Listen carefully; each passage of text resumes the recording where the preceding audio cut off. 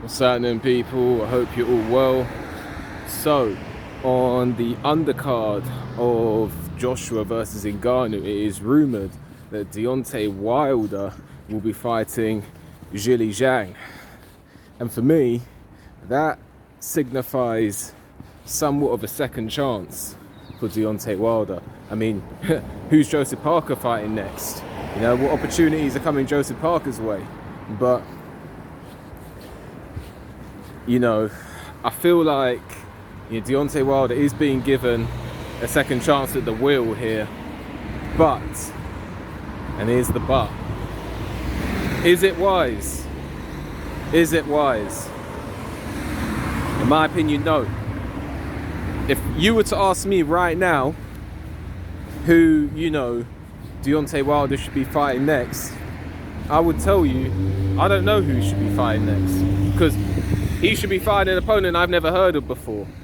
Now, if I was Deontay Wilder's manager and I was talking to my good friend Aaron about this, if I was Deontay Wilder's manager, I would have him fight 1 or 2 low-level fights, like against journeymen, and then after he's fought 1 or 2 journeymen, at least one, ideally 2, but at least one, and then maybe look at stepping him in with a credible opponent. And people who have Deontay Wilder's best interests will not, in my opinion, and in my humble opinion, you can disagree, but in my humble opinion, anyone who wants Deontay Wilder to get thrown in there against a tough opponent doesn't really care about Deontay Wilder's career. That's my opinion. Now, I know Deontay Wilder's 38. Listen, Anthony Joshua, when he lost to Alexander Usyk, he had somewhat of a rebuilding process against Jermaine Franklin and Robert Helenius. Anthony Joshua's 34. He's slightly younger, albeit, but Deontay Wilder, for me, he just lost in decisive fashion.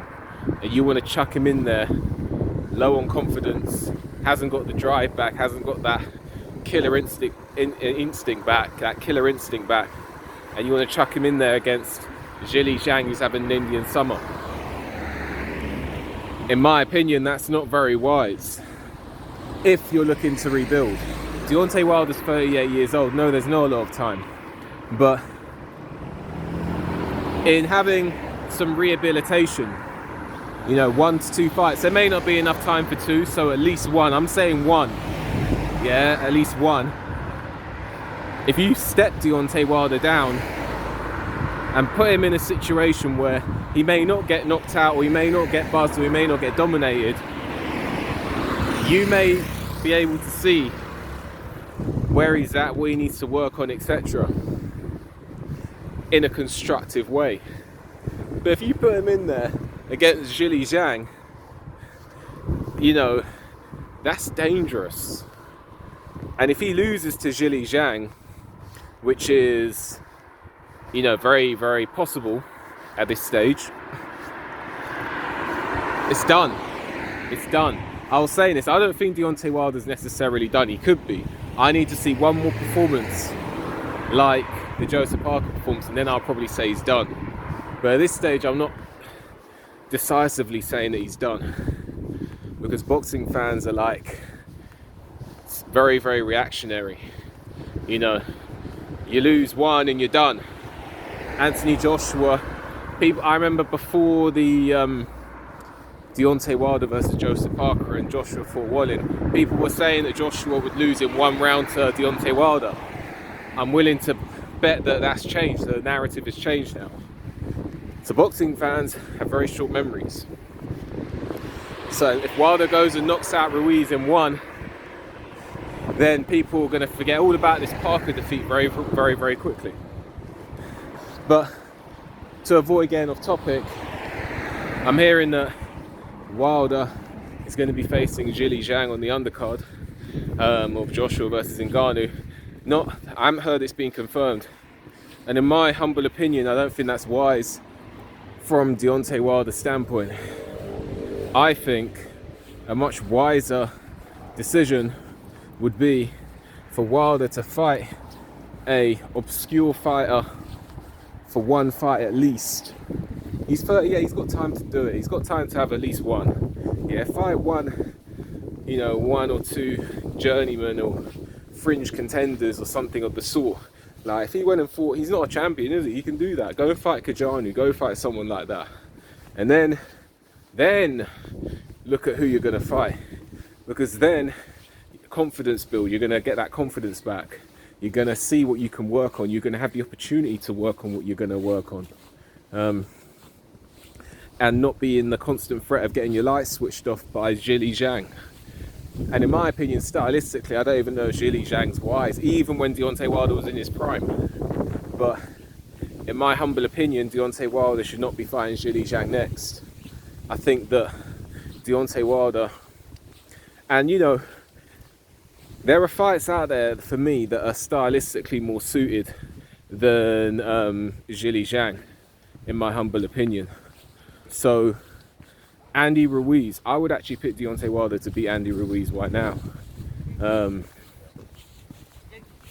Alright, I would actually pick Deontay Wilder to beat Andy Ruiz right now because styles make fights. Styles make fights, it's the old adage in boxing. So, there are actually fights out there that I would rather, if I was managing Deontay Wilder, he'd take rather than Zhang. Zhang versus Deontay Wilder is fascinating because you got orthodox versus southpaw. The southpaw, his Achilles heel is that straight right hand down the pipe, and the orthodox's Achilles heel is often that straight left hand down the pipe. So Zhang has a very, very good straight left, while there's a very, very good straight right. So for me, that fight is very, very fascinating. For me, that fight is about speed and setting it up. Zhang's actually deceptively quick with it, and Deontay Wilder, people might frown at his boxing skills, but you can't frown at his ability to set the right hand up. So for me, it's a fascinating fight, but for me, that's more of a roll the dice type of fight.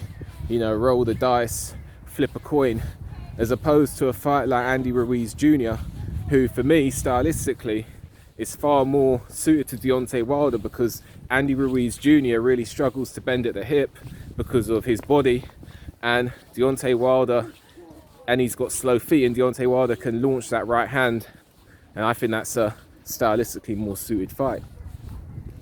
But anyway, what do you guys make of this? Do you agree like me that Wilder, there's nothing wrong with him, even at 38, having maybe that one tune-up, maybe even two tune-ups, and then stepping in there with, say, a Zhang, Andy Ruiz, Joseph Parker rematch even? You know, do you agree with that, or do you see nothing wrong with Wilder fighting Zhang? Now, if he was to fight Zhang and lose, it's done. So this is what I'm saying. If anyone who wants to see the best out of Deontay Wilder, and I want to see the best out of fighters, what do you think? What do you think should be done? If you were managing Deontay Wilder, what would you do? Let me know. And also let me know who you think would win the fight. I reckon many would be picking Zhang at this stage. So let me know about everything I talked about in this video. Like the video, subscribe to the channel, leave a comment, hit the notification bell so you get a notification when I make a new video. If you appreciate my work and want to leave a donation, please do so. Link for that's also in the description. And with that, enjoy the rest of your day. See you on the next one.